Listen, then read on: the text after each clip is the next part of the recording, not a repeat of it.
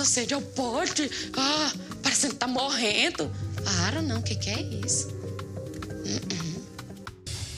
Or is everybody on the season gaslighters? Okay, and when I say everybody, I mean all the Americans.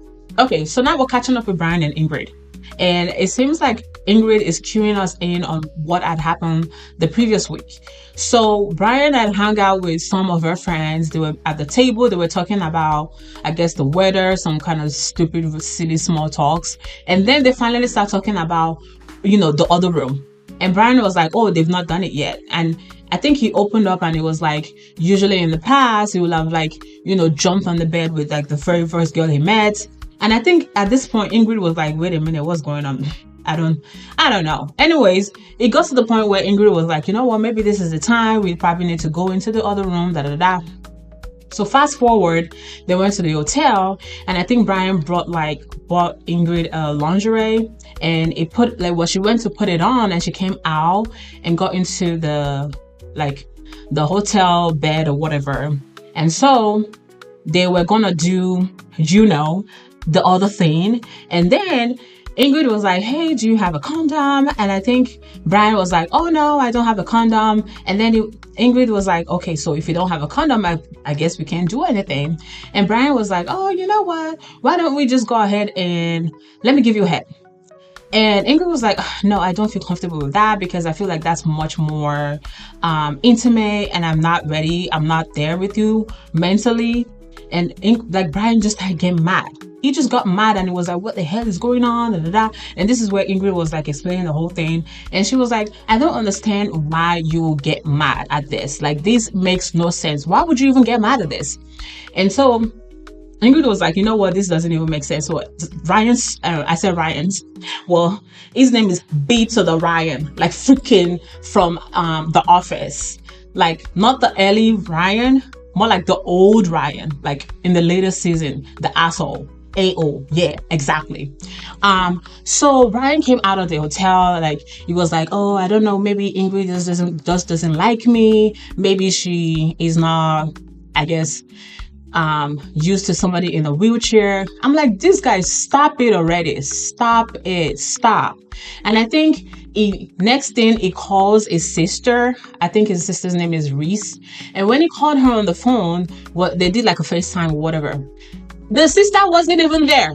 Okay, the sister wasn't there, and she was like, Brian, you were in the wrong in this case, because you told her you wanted to give her, head, and she was not ready for it. All right, so you should have given her some time so that she can process the whole thing. B to the Ryan, after B to the Ryan talked to his sister, and when he finally realized that, well, he was the one in the wrong because he could have slowed down a bit. So it was like, okay, I guess I gotta text Ingrid again. So I gotta apologize, blah, blah, blah. So then they meet up, and honestly, I was thinking that Ingrid should be done with his dumbass and be done already. Like, kick his ass to the curb. No. So they finally meet up, and then this guy, swear to God, he's always trying to cry. Stop it. You better than that, bro. Ugh. Anyways, he was like, yeah, I'm so sorry. I guess I should have given you time. Honestly, this apology was nonsense. It was trash. Okay, B to the Ryan. Oh. Anyways, they kissed, the makeup, and I guess they're cool for now. We shall see. Moving on. Number 2 gaslighter on the list is Niles. Well, we're going to be catching up with Niles and Matilda. Okay, this very first scene, I was hearing some voices. Okay, like I was like, what is going on here? What? I thought they said they were waiting to, what is going on? 1, 2.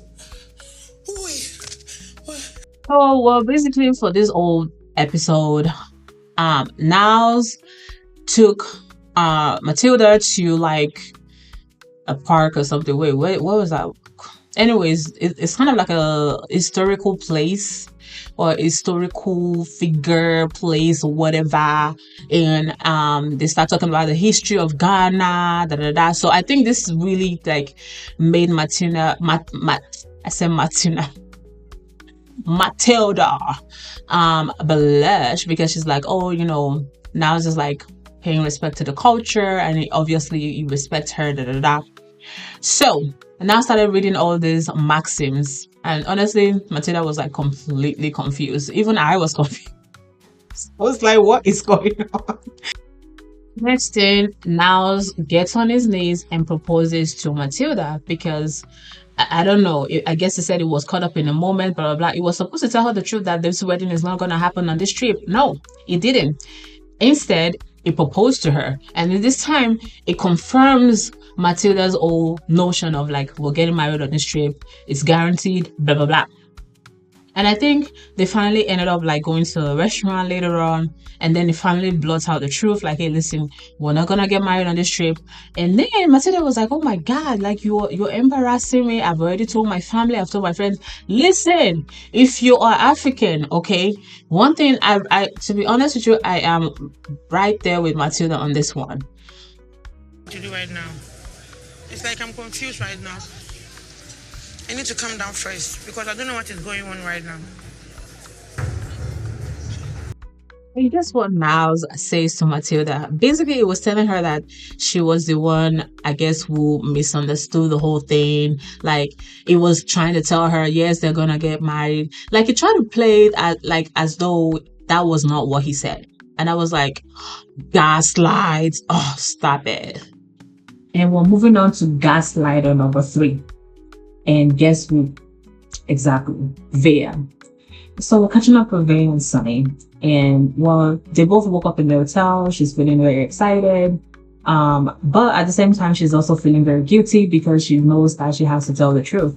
And I think when Sunny goes out for a little bit, she calls our ex-boyfriend to check up on him or whatever. And he was like, well, are you going to tell the truth or are you not going to tell the truth? Da, da, da. And she was like, well, you know what? At some point, I'm going to have to come clean with Sunny. And then they actually had a whole day planned or whatever. So Sunny took her out, even took her on this boat like Titanic. Like, Sunny was just a ray of sunshine, okay? It was like romantic all around. And she finally asked Sunny, she was like, hey, do you think anything that can change your opinion about me, da da da? And Sunny was like, oh, I don't think so. Fast forward a few moments later, I think Veah was on her phone and Sunny kind of went to peek over to see what she's doing. And the picture of her and her ex-boyfriend pops up on the screen while they were in the airplane together because they were, coming to South Africa. And Sunny was like, wait, what the hell is this? Like, you did not tell me that your ex-boyfriend is here. And basically, she was trying to prove to Sunny, like, hey, listen, there's nothing going on between me and my ex. It's just like my travel buddy because I get nervous and anxious on the plane. And Sunny was like, no, this is crap. I'm not believing any of this. He was telling Veah, you know what, do not touch me, go touch your ex-boyfriend, like you guys should be together, da da da, go back to America, I'm done. And so they went back to the hotel and Sunny was like, he just packed up the stuff. It was like, that's it, I'm done. There's no reason for me to be here. And so when he goes outside to get to his car, Veah, obviously you can tell that she doesn't even want to face the camera because she was probably, shy. She knows that she wasn't wrong in this case. And she ended up texting Sunny like, hey, can you come back, babe? Blah, blah, blah. But I don't know. We shall see if Sunny goes back next week. But I feel like he probably will go back again. Well, this is good tea. So we shall continue watching to see where this goes. Next is Tiger Lily and Adnan. Honestly, nothing happened with them. It just felt like two dolls saying bye to each other, like a Barbie doll and Ken doll saying bye to each other. It's like sad moments all around. I don't know whether they were saying goodbye to each other or they were just like posing for the cameras. I don't know, but nothing happened here, to be honest. Don't even waste your time. Let's move on to the next couple. Oh, the next couple, sorry guys, Faith and Lauren. Anyway, not for Faith, but more like for Lauren. Lauren, delusional, gaslighter, meets up with Faith, and I think Faith is like, you know what? I think so. Faith this week has actually forgiven Lauren, but she says that they cannot be boyfriend and girlfriend, and they're just friends. And so the goal was for them to initially travel to our hometown, and so they will still travel together as friends. And when they finally get to the hotel, I think she's like, you know what, you're gonna get your own room. But what made me laugh in this episode is the fact that Lauren thinks that you can buy Faith's family a house. I'm like, bro, you don't even have a house. You don't even have an apartment. You are homeless. Oh, what? And I think this is where, because like a couple of weeks ago, I think on Facebook he was ranting about him like wanting to build a safe haven for like transgender in the Philippines. I'm like, dude, this is way too specific. And why are you so focused on building a safe haven for people in the Philippines? Build a safe haven for yourself first, brother, before you go to another country to try to build a safe haven for somebody. And basically, Lauren has looked this up. Okay, he knows exactly how much houses cost in the Philippines. And the funny thing is, he really even wanted to buy like a small house in a village so they can live in the village. I'm like, dude, this sounds like a very thought out plan. Faith, girl, you need to run. And then the disrespect. Faith already said, hey, listen, we are going as friends. We are not dating. But he kept like scooting towards her, putting her his neck on her body. And I was like, bro, if you don't back it up 6 inches away, what? And then another conversation they had was both of them apparently are both bottoms. And this part where Faith was like, are you gonna like I'm gonna face my back, who's gonna do what, who's gonna do who, we're gonna be waiting here for hours. That was really funny. And then she also cues in like, you know, she really wants to take hormones, but I think hormones are a little bit expensive, so she's not gonna be taking some yet. And this is where Lauren like disgusts me again. It was like, yes, I want a female. Oh god, no, I can't even say it. It says it wants a female penis. Ugh, I don't know, I don't even know what that means. But because I thought penis is for men, you know, which one is now female penis and male penis? Like, please, enough with the confusion already. I'm already suffering and trying to manage as it is. And then finally we have white Eddie Murphy or Croatian Eddie Murphy. Funny guy. Bojo and Vanja. So Veah is on her way traveling to meet Bojo. And well, she has been calling and texting him now for the past couple of minutes or hours. He's not picking up. And this girl, was she going around the airport with heels? Like, who misses their flight and they're like trying to run to catch the flight and you're still in heels? Girl, if you don't take off those heels, she makes it pretty nice though. Like, I don't know how she's doing that. Running around in heels. I'll be exhausted. My ankle will have twisted anyway. Okay, it's gonna be a shit show. And then we finally meet Bojo. Okay, they're showing him around playing his basketball and stuff. We finally meet his mom too, and his aunts. Apparently they are prayer warriors. Okay, they've been praying for this guy to get married. Like, when will you marry? When will you marry? Jesus, you need to get out of this house. Well, basically, his mom has been praying to God and fasting day and night, 40 days, 40 nights in the desert, everything.